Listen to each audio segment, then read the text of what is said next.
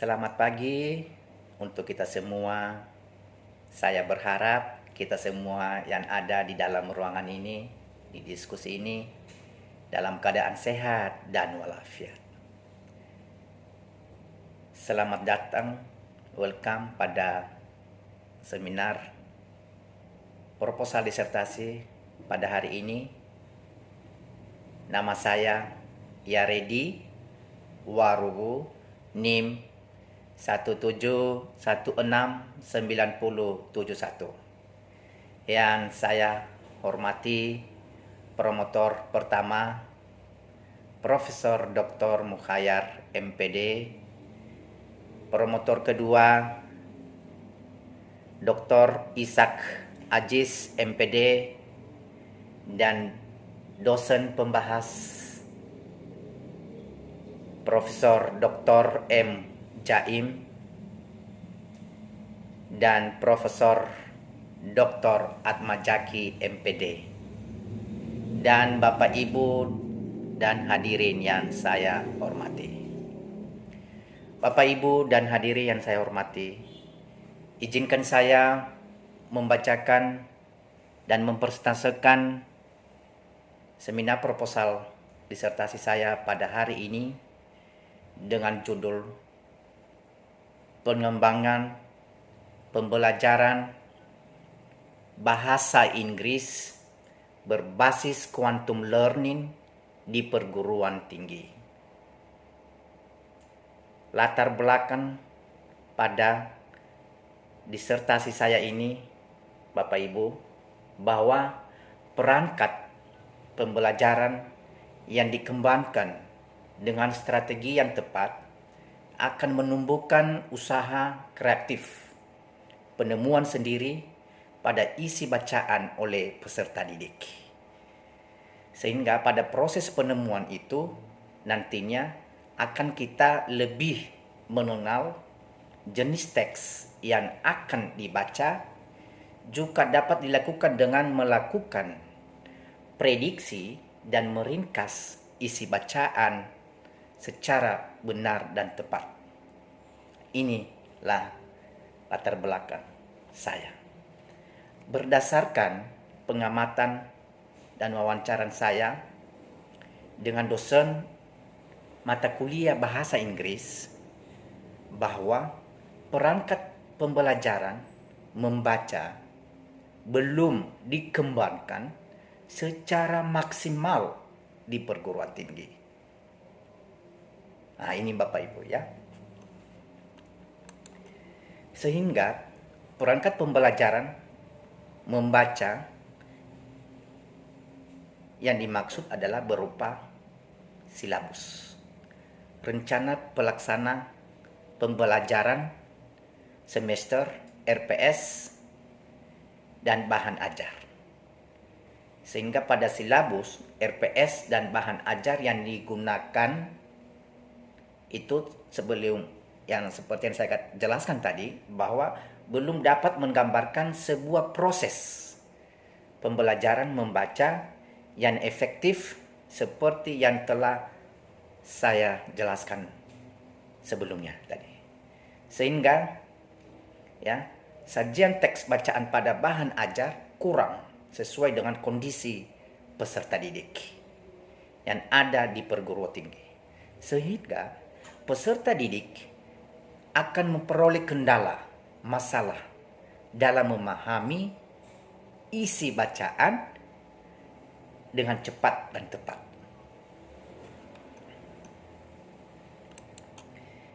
Ya.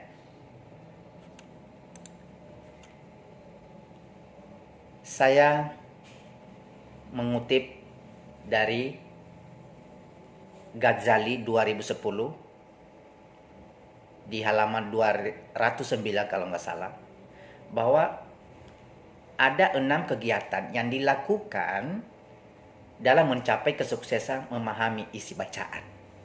Yang pertama adalah mengenali jenis teks. Ya.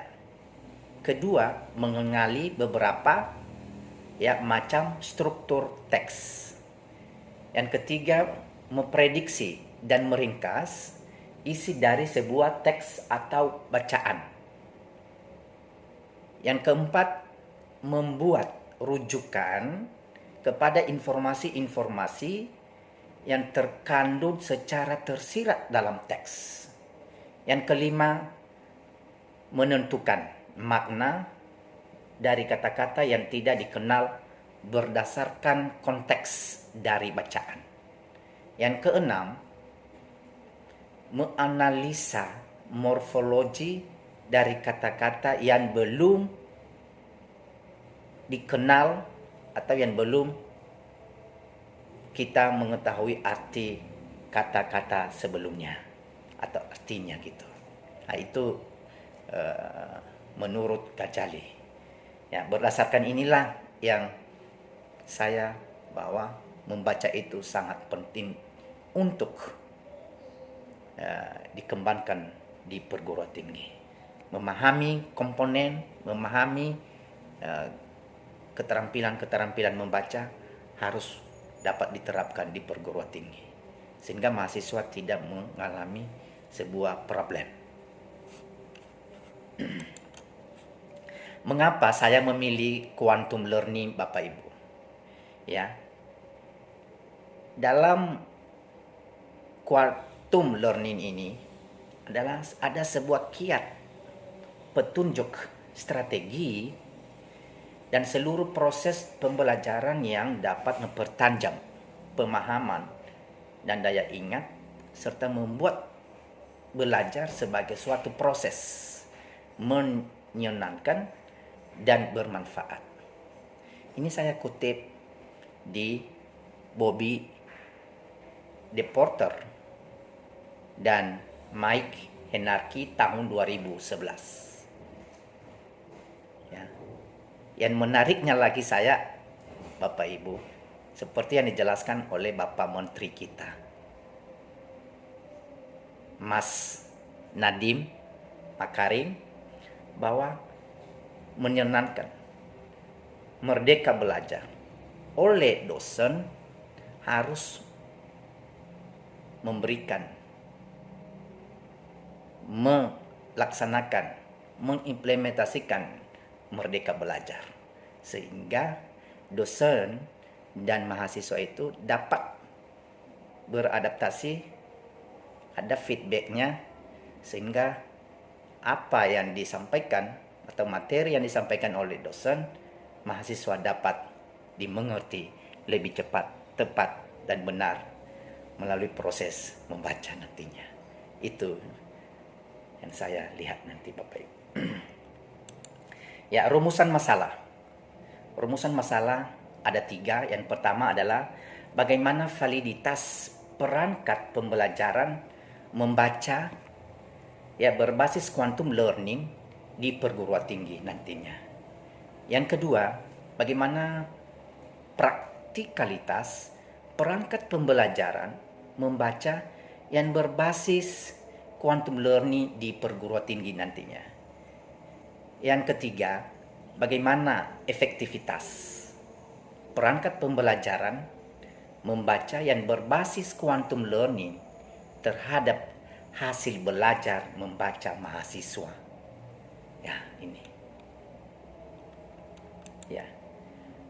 Tujuan pengembangan ada 3 yang saya akan diskusikan nanti, Bapak Ibu. Menghasilkan perangkat pembelajaran berbasis quantum learning yang valid. Itu yang pertama. Yang kedua, menghasilkan perangkat pembelajaran membaca berbasis quantum learning yang praktis, mudah, dan dapat dipahami oleh si pembaca, oleh mahasiswa. Yang ketiga, menghasilkan perangkat pembelajaran membaca yang berbasis quantum learning yang efektif. Ya, yang efektif. Kemudian, Bapak Ibu yang saya hormati, spesifikasi produk yang diharapkan pada disertasi saya ini nanti adalah pertama, silabus. Yang kedua, rencana pelaksanaan pembelajaran atau RPPS. Yang ketiga, bahan ajar. Yang keempat, buku untuk mahasiswa. Apa yang kita lihat pada silabus? Pada silabus itu adanya kegiatan pembelajaran yang dirumuskan dengan mengkolaborasikan antara tahapan dengan strategi quantum learning yang digunakan sehingga memudahkan praktisi dalam mengembangkan RPS untuk selanjutnya. Nah, ini dia.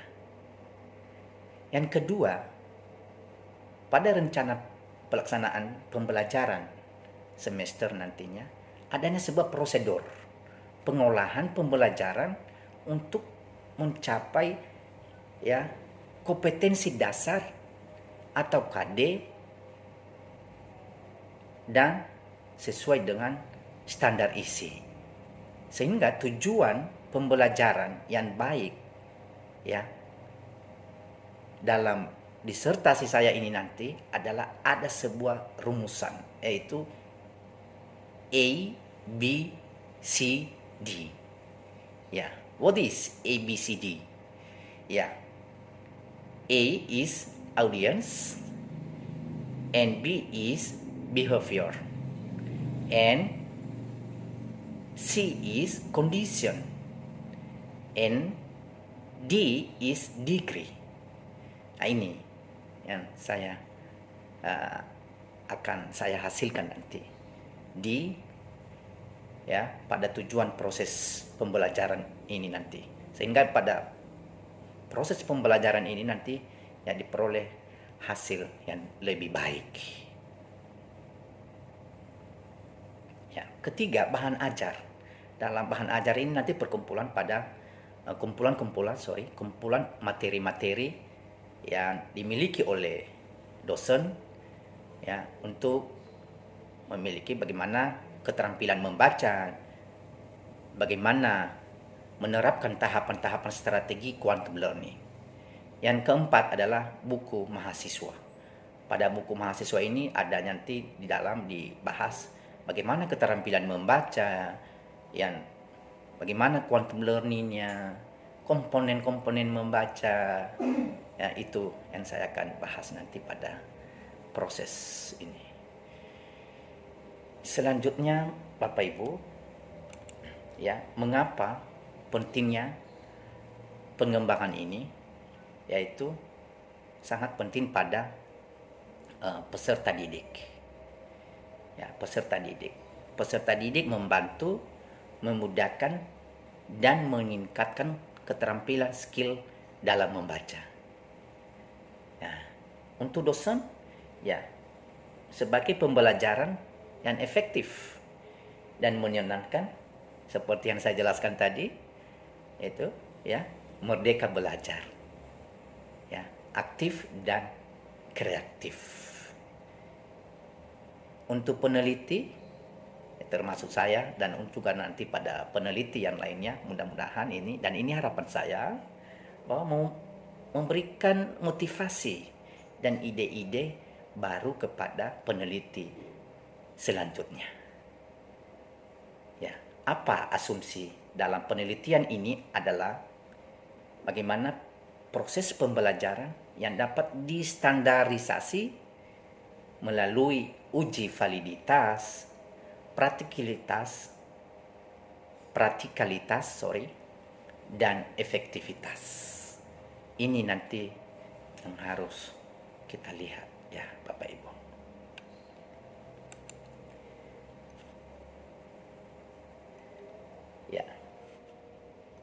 Kajian pustaka yang saya lihat nanti, saya melihat pada kajian-kajian pustaka saya akan lebih bahas bagaimana hakikat penelitian, pengembangan, kemudian bagaimana hakikat perangkat pembelajaran, dan bagaimana hakikat membaca. Sehingga nanti di dalamnya itu juga saya melihat bagaimana hakikat strategi quantum learning dalam proses pembelajaran. dan bagaimana kerangka berpikirnya. Nah, ini saya lihat nanti pada kajian pustaka. Ya, Bapak Ibu dan hadirin yang saya hormati, ya, model pengembangan yang saya lakukan pada disertasi saya ini adalah pengembangan, ya, research and development. Ya, saya kutip dari Sugiono tahun 2009 bahwa penelitian pengembangan merupakan suatu metode penelitian yang digunakan untuk menghasilkan produk tertentu serta menguji keefektifan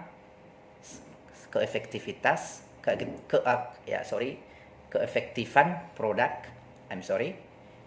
yang dihasilkan nanti, dan mengarahkan pada hasil-hasil suatu produk dan memperhatikan sasaran tertentu nanti terutama juga pada promotor saya dan para dosen pembahas, dan saya akan membutuhkan nanti seperti ini. Prosedur pengembangan yang saya lakukan pada disertasi ini adalah 4D, pengembangan 4D. Ya, what is 4D? Ya, the first is a divine. Divine artinya tahapan pendefinisian. Ya, tahapan pendefinisian ini. Yang kedua, tahap perancangan atau desain.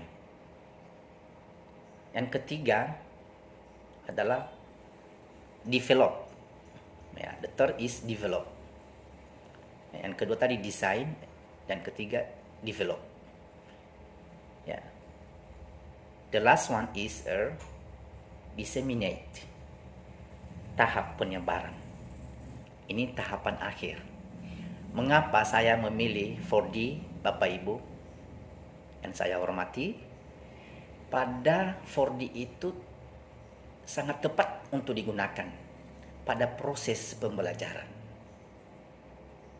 Dan di dalamnya ada uraian terlihat, uraian yang lebih lengkap dan sistematis. Yang berikutnya, saya melihat di dalam 4D itu lagi adanya penilaian terlibat oleh para ahli. Nah, artinya nanti saya melibatkan para ahli yang dalam 4D ini. Nah, ini sebuah kekuatan saya untuk menggunakan 4D. Ya. Ini juga dalam buku Sugiono tahun 2008. Ya. And the first is design, and the second is development. Ya. Ya. Design, development, dan disseminate. Itu menurut Sugiono tahun 2008. Ya, nanti kemudian saya lihat pada tahapan-tahapan divine ini adalah saya melihat analisis kebutuhan, analisis silabus, analisis RPS, analisis bahan ajar. Kemudian ada analisis kurikulum. Pada analisis kurikulum itu saya melihat nanti bagaimana analisis standar kompetensi, standar kompetensi dasar atau KD, dan kemudian ada analisis konsep, ada analisis tugas, dan ada analisis peserta didik atau mahasiswa. Sehingga saya melihat itu, saya akan lebih mendiskusikan lebih mendalam lagi, sehingga tidak mudah, Bapak Ibu, dan saya membutuhkan pertolongan dan saran dan masukan dari promotor saya dan dosen pembahas. Kemudian ya, metode penelitian yang saya akan lakukan nanti adalah ada uji coba produk, ya, ada subjek uji coba, jenis data, dan instrumen pengumpulan data, dan bagaimana saya menggunakan teknik-teknik analisis data. Nah, ini nanti metode penelitian saya lakukan, dan saya akan lakukan, ya, sesuai kemampuan saya untuk metode penelitian ini.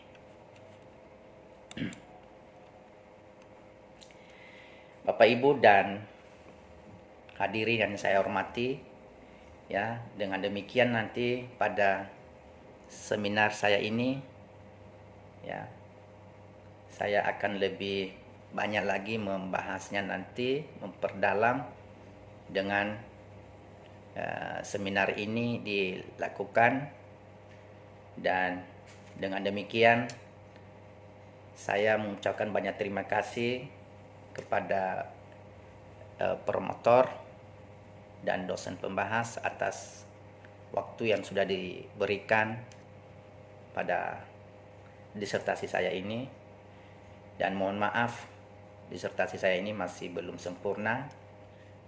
Dan pada kesempatan yang indah ini saya memohon masukan, saran dari Bapak promotor dan dosen pembahas, ya, untuk menyempurnakan lebih baik lagi disertasi saya ini, karena prinsip saya harus melakukan, ya, penelitian ini dengan sungguh-sungguh, dengan baik dan sesuai dengan kemampuan saya. Ya, terima kasih semua. Semoga penelitian saya ini dapat lebih baik dan dapat dicontoh oleh para peneliti selanjutnya. Terima kasih dan salam sukses.